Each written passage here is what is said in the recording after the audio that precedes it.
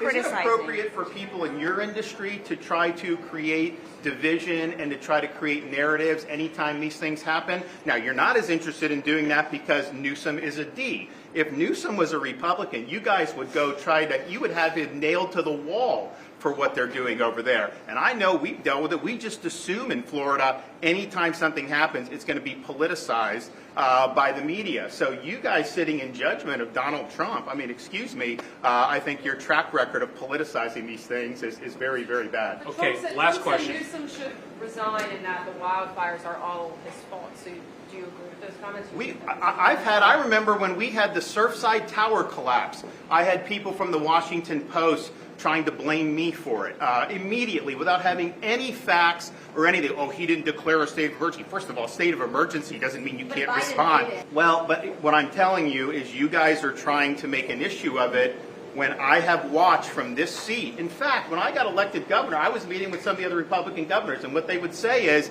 hey, if you have a natural disaster, just know media's coming at you, they're going to do it. It's not the same. That mayor of L.A., if that were a Republican mayor, I could only imagine what that would do. I mean, you know the fires are at high risk, and you try to go to Africa or wherever she was to go on some type of voyage.